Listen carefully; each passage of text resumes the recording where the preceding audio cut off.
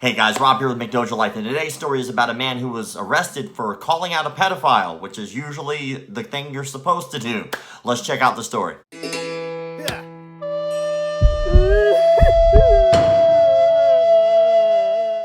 25-year-old founder of the Predator Poachers of New Jersey, Ramey, hopefully I said his name correctly, was arrested while in the middle of exposing a pedophile live on social media. Ramey says he uses various social networking apps to create profiles posing as minors and then awaits for predators to initiate conversation.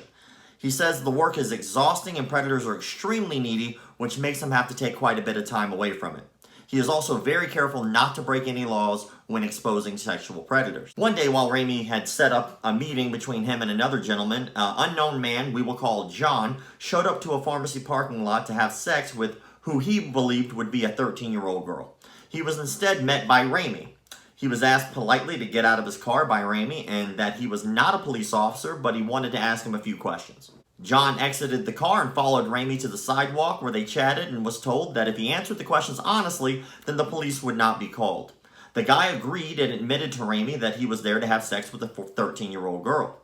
The police then showed up and treated the situation like it was a crime scene, and they asked Ramey to stand by the patrol car while they spoke with the pedophile for a moment. Now, pretty soon after that, more police showed up and took away Ramey's phone and the phone of his partner who was recording the entire event live on social media. They then arrested Ramey for obstruction of justice and disorderly conduct, even though he let the officers know that he was an informant for a local detective. What does any of this have to do with martial arts?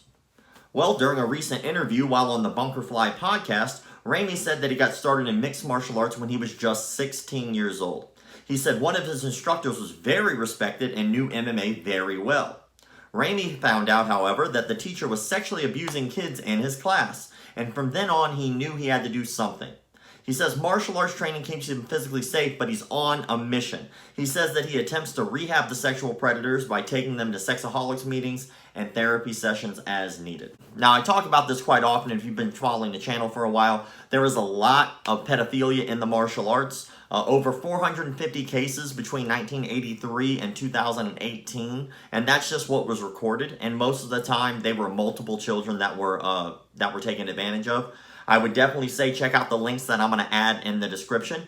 And also, if you're a parent out there and you're about to get your child into a martial arts studio, I do think that it's a great thing. It's an amazing thing that can help children out, give them confidence, self-respect, things like that. But I'd also say you definitely need to do your due diligence because there are predators out there, even in the martial arts community, who will take advantage. Thank you all for the likes, comments, shares, subscriptions. Keep the martial arts legit.